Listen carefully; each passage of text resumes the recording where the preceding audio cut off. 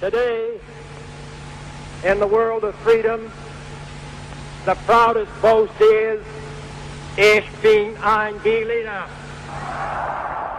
Qu'est-ce qui nous a poussé à marcher dans les pas d'un président américain amateur de beignets? Une question qui nous taraudait, aussi vraie que la Fernsehturm est grande, celle de savoir quel être particulier se cache derrière le Berliner.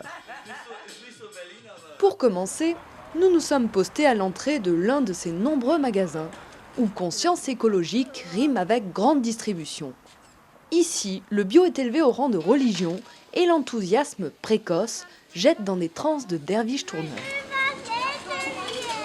Dans la même veine, une autre piste s'offrait à nous, car si des goûts et des couleurs on ne peut discuter, il en va autrement du tri sélectif et des bennes à ordures. Et Berlin inventa la couleur des poubelles. A noir, E jaune, I rouge, O bleu, U vert, civique, poétique et même joueur, le Berliner. Et les vrais de vrais, élevés à la grisaille et à la currywurst. Discret mais pas muet, ils parlent le Tacheles, le franc-parler. Et une fois lancés, difficile de les arrêter. Ne renonçant pas pour autant au contact, nous avons cherché à nous y prendre autrement. Il est parfois des mots qui résument à eux seuls toute une pensée.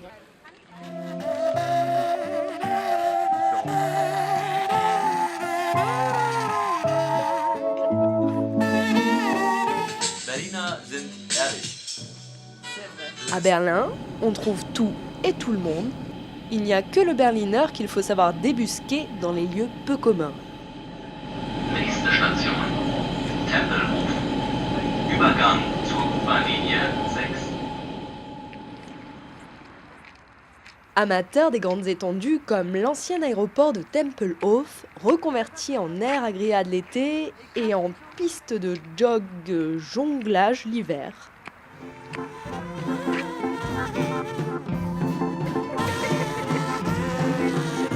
Ou le Berliner, aficionados des dancing désuets datant des années folles.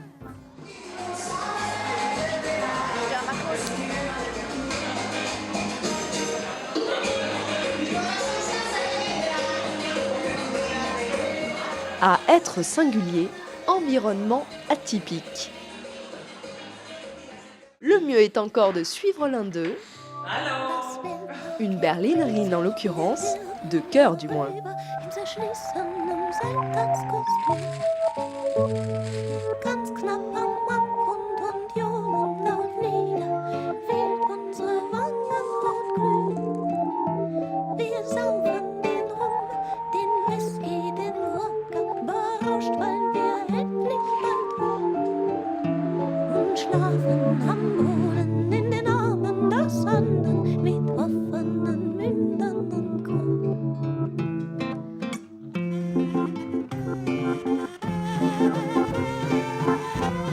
Bref, s'il y a une leçon à tirer de tout cela, c'est que par Berliner, on entend un peu tout et surtout n'importe quoi. Ce n'est d'ailleurs qu'en dehors de Berlin qu'on appelle un beignet un Berliner. Ici, un beignet est un beignet. Ich bin ein Berliner.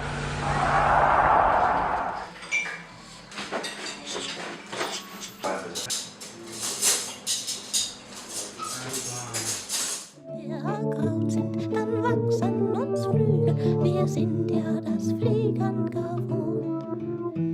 Wir sind ja das Fliegen.